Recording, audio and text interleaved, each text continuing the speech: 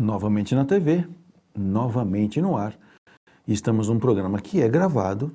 Hoje é feriado, por isso que vocês não estão podendo falar comigo assim diretamente. Porém, pode mandar suas perguntas através do Facebook e de outras maneiras da mídia, né?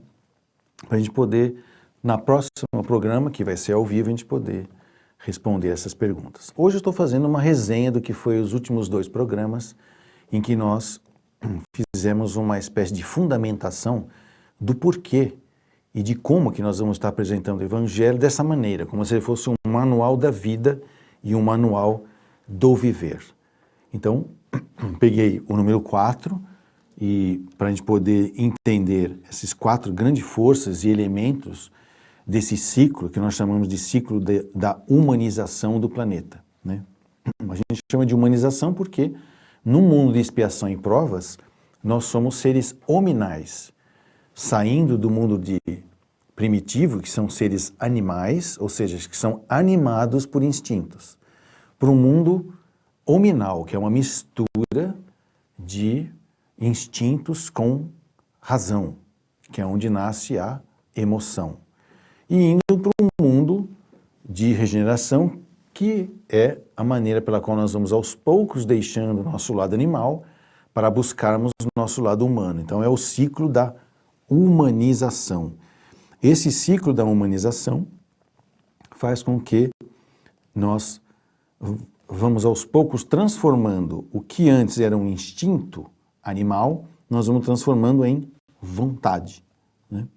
Nós vamos percebendo que quem manda na minha vida e no meu viver não é mais os hormônios, né? Não são mais os hormônios, não são mais as pulsões da fome, a pulsão sexual, não. Quem vai mandar na minha vida agora é a minha vontade, não é o instinto, certo?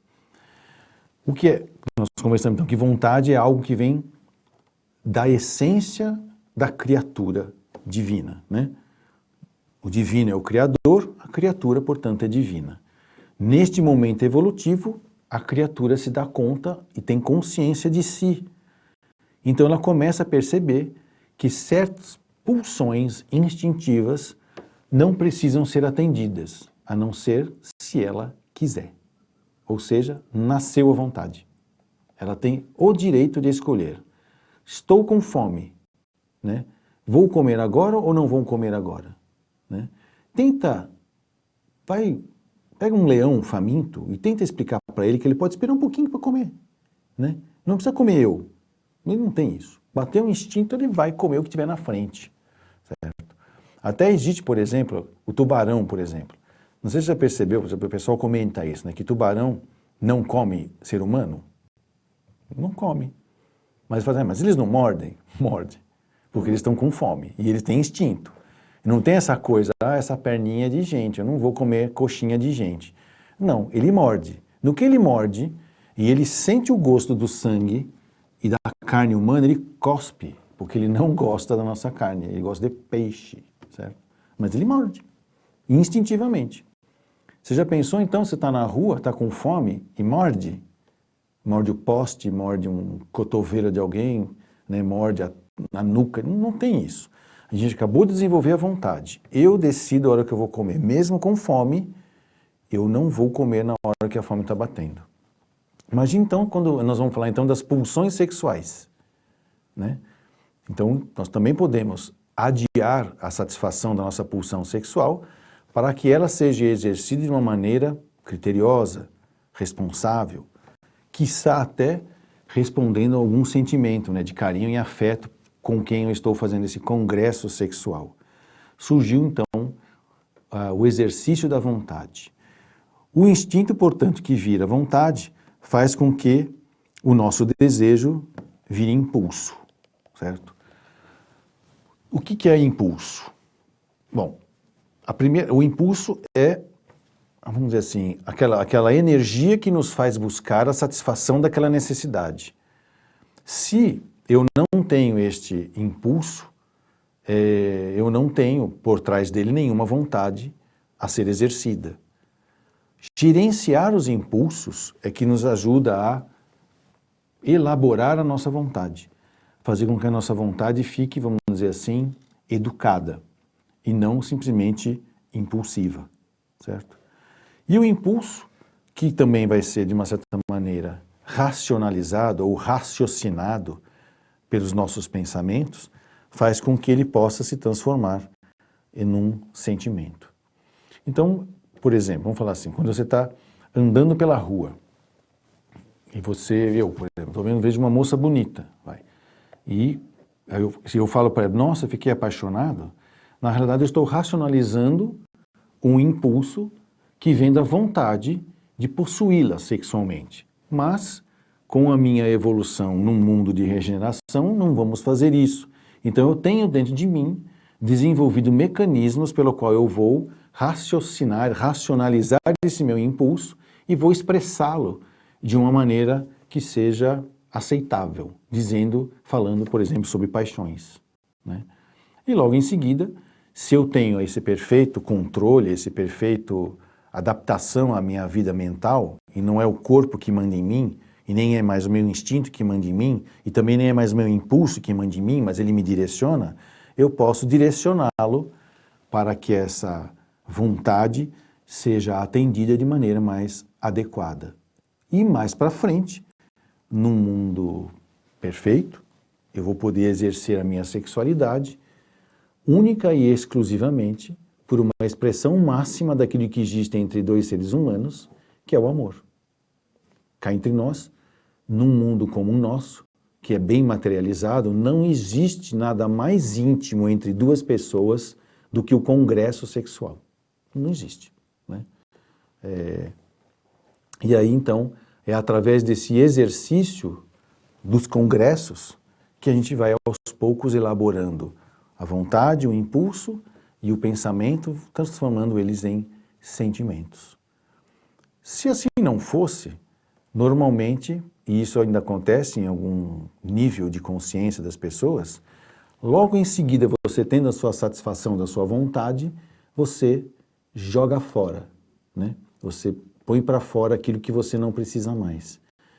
É comum a gente perceber, ouvir, estou falando comum eu, como psiquiatra e psicoterapeuta, ouvir de pessoas dizendo isso, que do namoro só gosta do começo, né? Porque o começo tem todo aquele glamour, tem aquelas coisas apaixonadas, tem aquelas coisas, até que consuma o fato, mais uma vez, duas vezes, três vezes, e cai num vazio. Ou seja, aquilo que poderia ter sido um instinto, que virou paixão, não se alimenta de amor, então acaba ficando só na satisfação da vontade e dos impulsos. E eu racionalizo isso, dizendo que estou apaixonado, e não vou atrás de uma realização afetiva. Fica só na satisfação dos instintos. Porém, se nós queremos fazer a humanização, o que a gente vai acabar fazendo? É necessário termos algum tipo de referência para isso. Quando nós estávamos totalmente apaixonados, totalmente impulsivos, né? É só lembrar da época em que vivia Jesus, né? Sodoma, Gomorra, todas as compulsões de comida, de sexo, de dinheiro, de glamour, né? Eram pedra para capar, né? O fim do Império Romano era o caos ético e moral. As pessoas se envenenavam.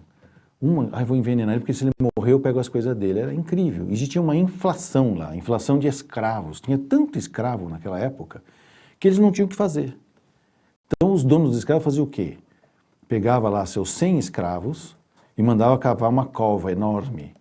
Depois mandava eles entrar dentro da cova e deitar. Matava os deitados e os escravos que sobravam, que eram os que eles queriam ficar, mandava jogar a terra por cima, porque não tinha o que fazer.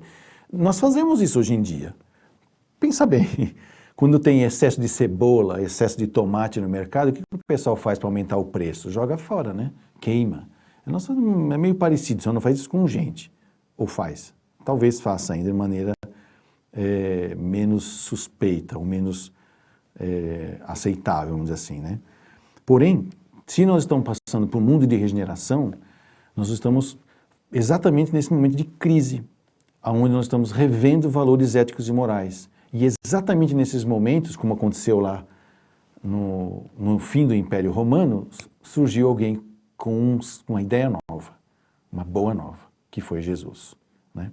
Nós estamos indo para o nosso intervalo e a gente volta daqui a pouco para falar sobre isso. Exatamente, fechar essa explicação, que é um resumo dos últimos 2 programas, o que é esse ciclo da humanização, que começou com Jesus e está com você até agora.